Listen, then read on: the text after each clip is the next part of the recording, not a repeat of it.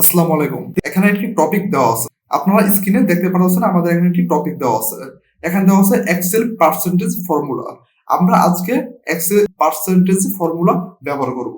দেখব আমরা কিভাবে কাজ করার সময় আমরা এই ফর্মুলাটি ব্যবহার করতে পারি। আমরা দুইটি উপায়ে আমরা কাজটা করব, কিন্তু ফলাফল আমাদের একই থাকবে। যেভাবেই আপনি করেন না কেন তার ফলাফলটা ঠিক একই আসবে। দেখুন আমাদের প্রথমে কি দেওয়া আছে, এখানে দেওয়া আছে এক্সেল পার্সেন্টেজ ফর্মুলা। এখন আমরা তার এই ফর্মুলাটা ব্যবহার করব।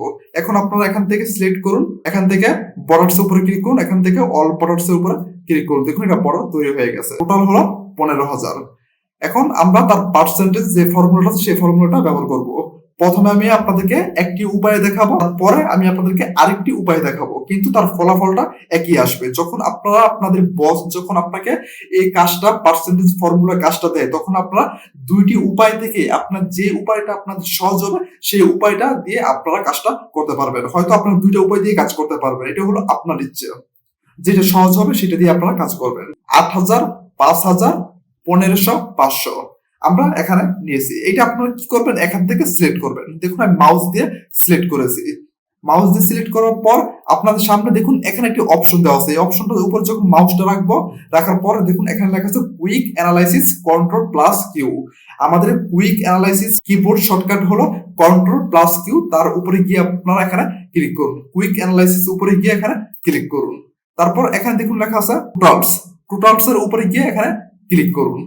তারপর ক্লিক করার পর দেখুন আপনাদের সামনে এখানে যে কয়েকটা অপশন আসবে, এই কয়েকটা অপশনের উপরে আপনারা মাউস দিয়ে ক্লিক করবেন না। ডান পাশে দেখুন আমাদের এখানে একটি বাটন দেওয়া আছে। এই বাটনটার উপরে ক্লিক করবেন। ক্লিক করার পর দেখুন তার ভিতর থেকে আরো অনেকগুলো এখানে অপশন চলে আসছে। আসার পর দেখুন এখানে লাগে পার্সেন্ট টোটাল এখানে দেওয়া আছে। তার উপরে গিয়ে এখানে ক্লিক করুন। পার্সেন্টেজ সেটা আমাদের এখানে চলে আসছে। এখানে দেখুন 53.33% দেওয়া আছে। তারপর 33.33% দেওয়া আছে। 10.00% দেওয়া আছে। 3.33% দেওয়া আছে। এখন আমরা চাচ্ছি এখানে যে দশমিকটা আছে সেই দশমিকটার পর এবং দশমিকটা সহকারে এখান থেকে ডিলিট করার জন্য সম্পূর্ণ এটা একসাথে সিলেক্ট করবেন।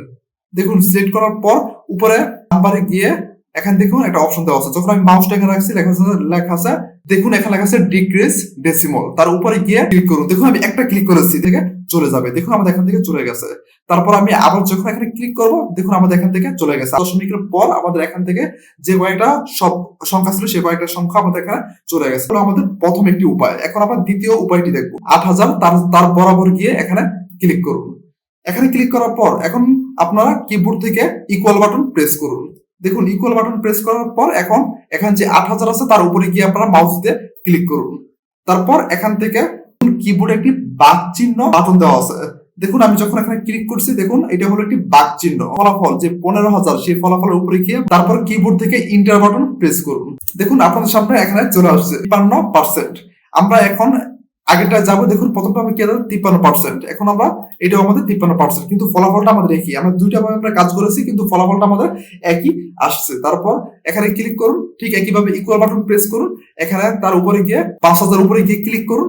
তারপর দেখুন একটি বাঘ চিহ্ন বাটন আছে, সেটা প্রেস করুন। ফলাফলের উপরে গিয়ে ক্লিক করুন, ইন্টার বাটন প্রেস করুন। দেখুন আপনাদের সামনে এখানে চলে আসছে 33%। তারপর ঠিক একইভাবে ইকুয়াল বাটন প্রেস করুন। 1500 উপরে গিয়ে ক্লিক করুন, বাঘ চিহ্ন ব্যবহার করুন, ফলাফলের উপরে গিয়ে ক্লিক করুন, ইন্টার বাটন প্রেস করুন। দেখুন আপনাদের সামনে এখানে চলে আসছে।